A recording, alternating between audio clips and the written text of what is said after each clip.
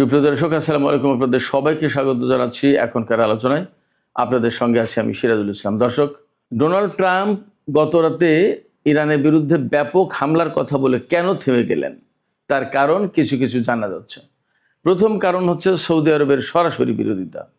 Saudi যুবরাজ মোহাম্মদ বিন সালমান তিনি Donald ট্রাম্পকে phone করে বলেছেন, আপনি এই হামলা চালাবেন না, এই হামলা চালালে পুরো মধ্যপ্রাচ্য ধ্বংস করে দেবে ইরান। অতএব ডোনাল্ড ট্রাম্প ওখানেই থেমেছেন। এর ভেতরে খবর এসেছে বাহরাইন এবং কুয়েত থেকে আমেরিকা সেনা প্রত্যাহার করে নিচ্ছে। বলা হচ্ছে এই সমস্ত সেনা ইসরায়েল এবং ইউরোপের কোনো কোনো দেশে রাখা হবে। এটাকে আমেরিকা রিডিপ্লয়মেন্ট বা নিরাপত্তা পুনর্বিন্যাস বলছে। এদিকে ডোনাল্ড ট্রাম্প দাবি করছেন যে ইরান এই হামলা বন্ধের জন্য অনুরোধ করেছিল।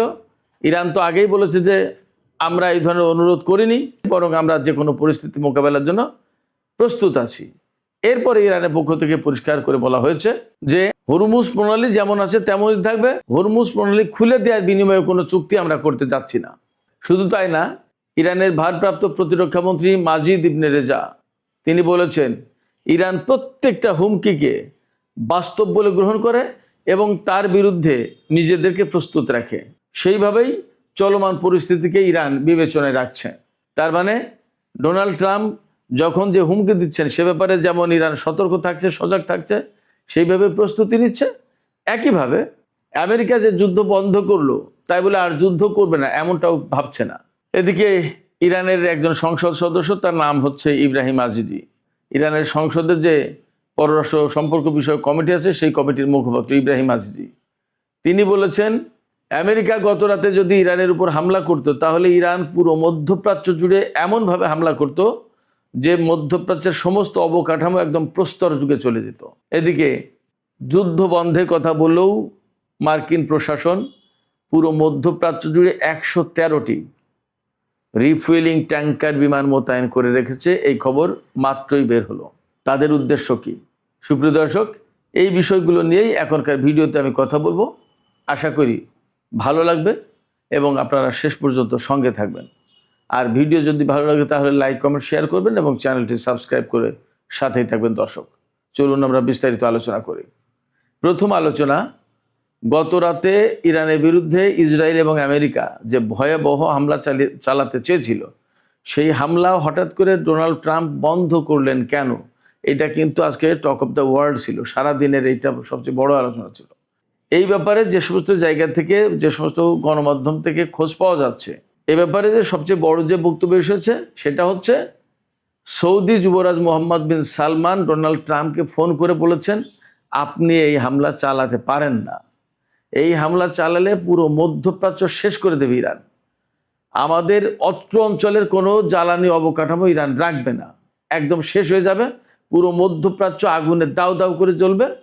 এই যুদ্ধ আপনি করতে পারেন না, এই হামলা আপনি করবেন না এবং এই হামলা এখনই বন্ধ করেন, বন্ধ করে আপনি ইরানের সাথে কূটনৈতিক আলোচনার ভেতরে যান।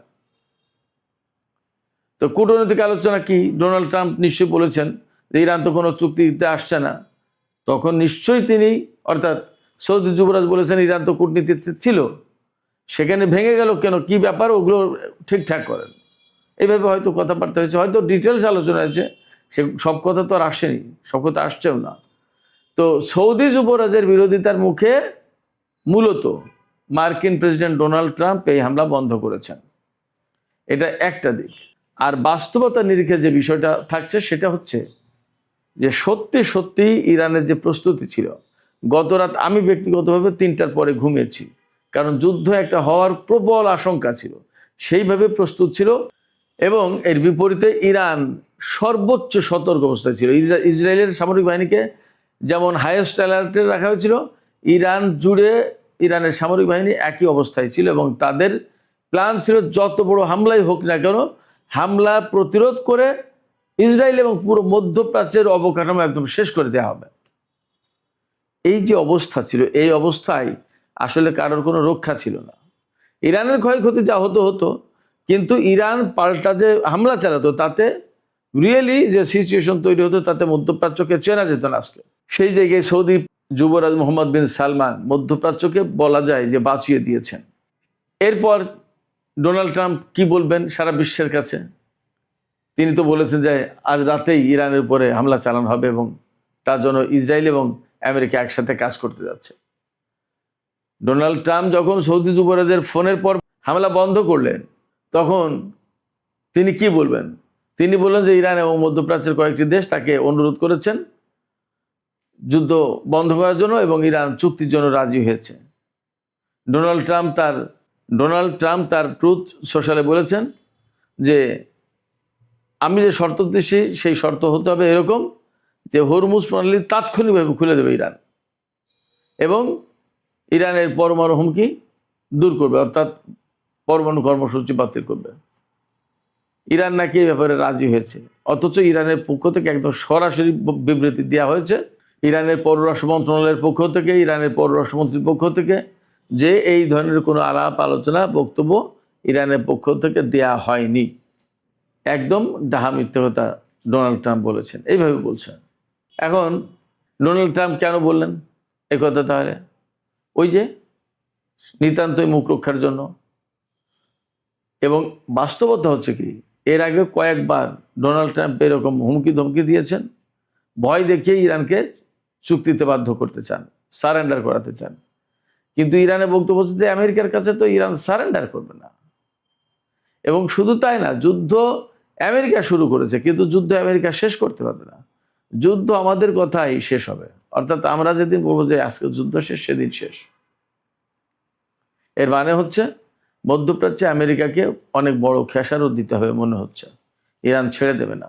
কারণ ইরান বিষয়টা এইভাবে দেখছে, তাদের সর্বোচ্চ নেতাকে হত্যা করা হয়েছে, তাদের বহু সংখ্যক বেসামরিক লোকজনকে হত্যা করা হয়েছে এবং তাদের প্রচুর সংখ্যক অবকাঠামো ধ্বংস করা হয়েছে। এই যুদ্ধ তো কোনো প্রয়োজন ছিল না।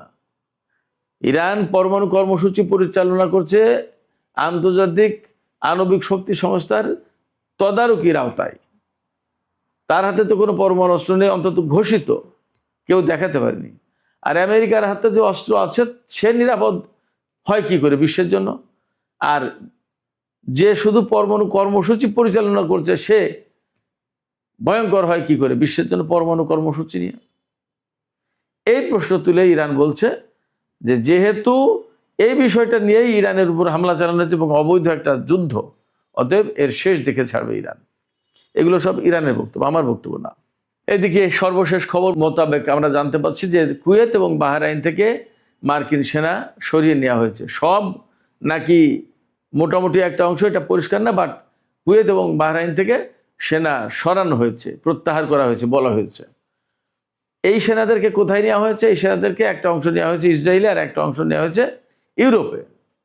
যখন ডোনাল্ড ট্রাম্প ইরানের বিরুদ্ধে হামলা বাতিল করেছেন বলে খবর প্রকাশ হচ্ছে বা তিনি বলছেন, তখন তিনি কুয়েত এবং বাহরাইন থেকে সেনা সরিয়ে ইসরায়েল এবং ইউরোপে মোতায়েন করেছে। তার মানে এখানে দুটো বিষয় হতে পারে। ইরানের ড্রোন, ক্ষেপণাস্ত্র এবং সামরিক বাহিনীর হামলার মুখে মার্কিন সেনারা টিকতে পারছে না। মধ্যপ্রাচ্যে কোনো ঘাঁটি আর নিরাপদ নয়। এই কারণে আমেরিকা তাদের সেনাদেরকে সরিয়ে নিচ্ছে, প্রত্যাহার করে নিচ্ছে। এটা একটা কারণ হতে পারে এবং এটা যথেষ্ট সম্ভাবনা বেশি, এটা বাস্তবতা। আর দুই হচ্ছে যে ইসরায়েল এবং ইউরোপে নিয়ে তুলনামূলক নিরাপদ দূরত্বে নিয়ে এদেরকে দিয়ে যুদ্ধ করাবে। ইসরায়েল থেকে তো ইরানের বিরুদ্ধে যুদ্ধ করবে, এই মার্কিন সেনারাই যুদ্ধ করবে সেখান থেকে, এবং ইউরোপের কোনো কোনো দেশ থেকে, যেমন ব্রিটেন, ফ্রান্স, ইটালি, জার্মানি, এ সমস্ত কিছু কিছু দেশ থেকে। সম্প্রতি নাম এসছে বুলগেরিয়ার, এ সমস্ত দেশের ঘাঁটি থেকে। ইরান তো বলে দিয়েছে ইউরোপের কোনো দেশ যদি আমেরিকাকে সহযোগিতা করে তাহলে সেই সমস্ত দেশের উপর হামলা চালানো হবে। দেখা যাক কি হয়। ব্রিটেন অবশ্য বলেছে যে তারা নিজেদের জাতীয় স্বার্থকেই প্রাধান্য দেবে আগে। সেক্ষেত্রে তারা যা আকার ইঙ্গিতে বোঝাতে চেয়েছে আমেরিকাকে তারা ঘাঁটি দিয়ে সহযোগিতা করবে না ইরানের বিরুদ্ধে হামলার জন্য। আমরা অপেক্ষা করি আসলে কি হতে যাচ্ছে।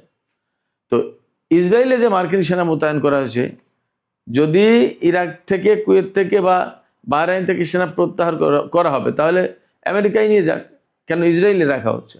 তার মানে এদেরকে দিয়ে ইরানের বিরুদ্ধে যুদ্ধ করানোর টার্গেট থাকতে পারে। এবং এরই অংশ হিসেবে সম্ভবত 113টি রিফুয়েলিং ট্যাঙ্কার মধ্যপ্রাচ্যে মোতায়েন করা হয়েছে মধ্যপ্রাচ্যের বিভিন্ন দেশে। কোথায় কোথায় উই ডোন্ট নো, বাট বলা হচ্ছে মধ্যপ্রাচ্যের বিভিন্ন দেশে। সেটা হতে পারে জর্ডান, ইসরায়েল তো আছেই, তুরস্ক হতে পারে, জানি না কোন কোন দেশে, আজারবাইজানে হতে পারে, কোথায় কোথায় আমরা শিওর না, দেখা যাক। তো এই পরিস্থিতিতে ইরানের উপরে যে আমেরিকা এখনো হামলা চালানোর চিন্তা করছে, এটা মোটামুটি পরিষ্কার। এই রিফুয়েলিং ট্যাঙ্কার এবং মার্কিন সেনা ইউরোপ আর ইসরায়েলের সরিয়ে নেওয়ার কারণে ধারণা করা হচ্ছে যে তারা ইরানের বিরুদ্ধে হামলা চালাতে চায়, বেটার টাইমের জন্য অপেক্ষা করছে। বাট ইরান কি করবে? ইরান ডোনাল্ড ট্রাম্পের এই কথায় একদম চুপ হয়ে যায়নি, এটা তাদের পক্ষ থেকে বলা হয়েছে। ইরানের ভারপ্রাপ্ত প্রতিরক্ষা মন্ত্রী মাজিদ ইবনে রেজা তিনি বলছেন যে ইরান শত্রুর হুমকিকে বাস্তব এবং বিশ্বাসযোগ্য বলে মনে করে এবং সেই কারণে যে কোনো হুমকিকে তারা সিরিয়াসলি নেয় এবং সেইভাবে প্রস্তুতি নেয়। তিনি এই কথা দিয়ে যা বলতে চেয়েছেন সেটা হচ্ছে এই যে আমেরিকা যে সমস্ত হুমকি ধমকি দিচ্ছে এগুলোকে কোনো সময় ইরান কম গুরুত্ব দিচ্ছে না, তারা এগুলোকে খুবই গুরুত্ব দিচ্ছে এবং খুব সিরিয়াসলি তার বিরুদ্ধে প্রস্তুতি নিচ্ছে।